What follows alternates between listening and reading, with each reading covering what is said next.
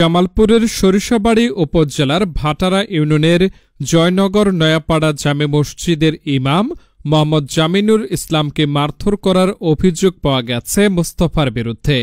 বিস্তারিত দেখুন ডেস্ক রিপোর্টে। গত শুক্রবার রাত ৯টার দিকে মজনু দোকানের সামনে ইসলাম নিয়ে আলোচনা করার সময় বেধড়ক মারধর করে। ভুক্তভোগী মসজিদের ইমাম মোহাম্মদ জামিনুর ইসলাম বলেন, ওয়ালাইকুম, আমার নাম মোহাম্মদ জামিনুল ইসলাম। আমি জয়নগর নয়াপাড়া জামে মসজিদে ইমামতি করি। আমি দোকানে ওষুধ আনতে গেছি, যাওয়ার পরে খুশের জামাইয়ের সঙ্গে আমি কথা বলি যে জামাই দুর্মুট গেছিলেন, দুর্মুট যাই কি শিখলেন, কি বুঝলেন, আমার একটু বুঝান, আমি ওখানে যাবো, ভালো হলে আমি ওখানে যাব। জামাই আমাকে বলে যে না রে বাবা, ওনার কিচ্ছু না, কোনো পাগলা ধরে মাঠ ধরে করছে, ওখানে শিকার মতো কিছুই নাই। এই কথা বলার পরে খুশের জামাই আর আমি হাসাহাসি করতেছি। এমন তো মহদ্দে আমি বলছি খুশের জামাই, দেখেন এই যে বিএনপি আর আওয়ামী লীগ নিয়ে যে একটা সঙ্গ হইলো, যদি আল্লাহ না করে যদি জামাত যায়, তাহলে জামাত যদি যায় তাহলে এই যে মহিলার যে বেপরদায় ঘোরাফেরা করে এবং কি বাজার ঘাট করে তাদের এই বন্ডামিটা থবো না।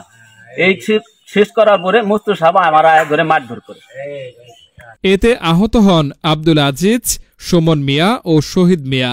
পরে এদেরকে স্থানীয়রা উদ্ধার করে সরিষাবাড়ী উপজেলা স্বাস্থ্য কমপ্লেক্সে ভর্তি করে।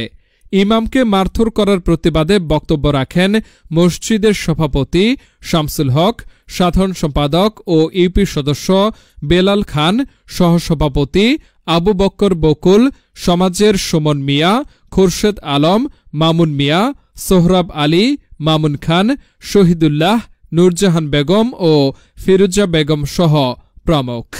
এ ব্যাপারে জানতে চাইলে সরিষাবাড়ী থানার ভারপ্রাপ্ত কর্মকর্তা মোহাম্মদ চাঁদ মিয়া বলেন, এ বিষয়ে একটি অভিযোগ পেয়েছি, তদন্ত সাপেক্ষে আইনি ব্যবস্থা গ্রহণ করা হবে।